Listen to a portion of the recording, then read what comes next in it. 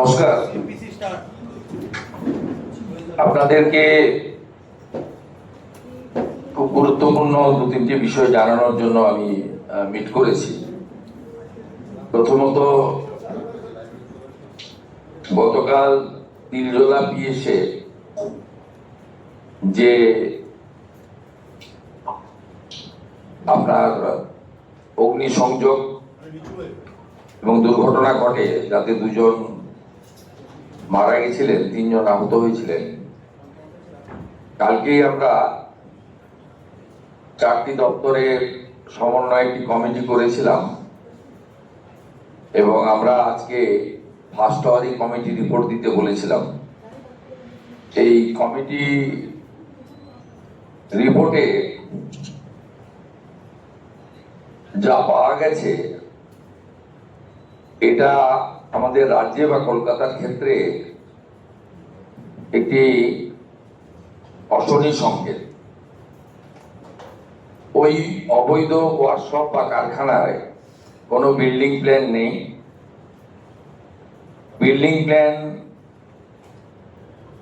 নেই যেমন the basic norms of fire এবং ইলেকট্রিসিটি,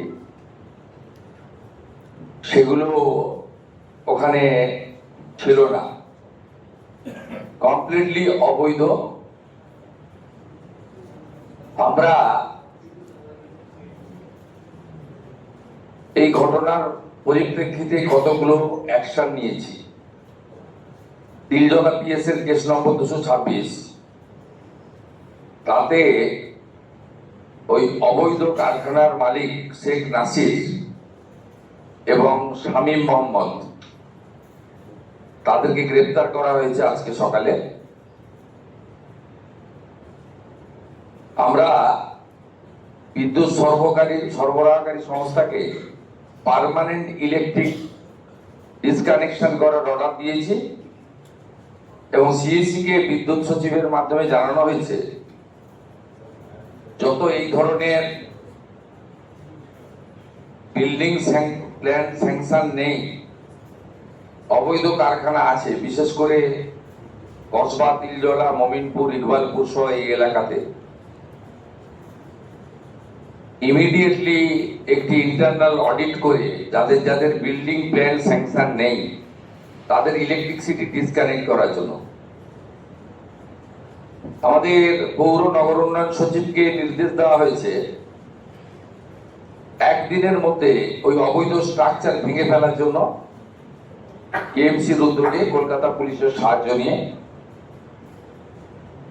এবং একইভাবে কেএমসি কে বলা হয়েছে এই ধরনের অবৈধ বিপজ্জনক কারখানাগুলিতে জলের লাইন কেটে দেওয়ার জন্য।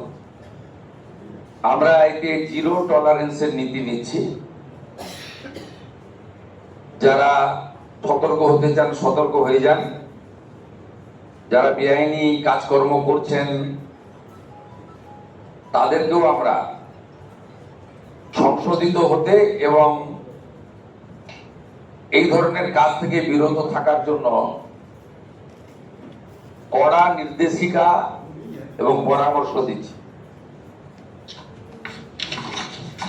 দ্বিতীয়ত, নিউ পিসি জুয়েলার্স সম্পর্ক গড়ে দেয়। বনগাঁতে আমাদের 3টি শোরুম প্রতিদিনই খোলা। নিউ পিসি জুয়েলার্স, বনগাঁ বাটার মোড়। New PC jewellers branch, Kumudini স্কুলের বিপরীতে। New PC jewellers beauty, Motiganj, Hatkhola. আমাদের এখানে সোনা কিনুন পেপারের দামে।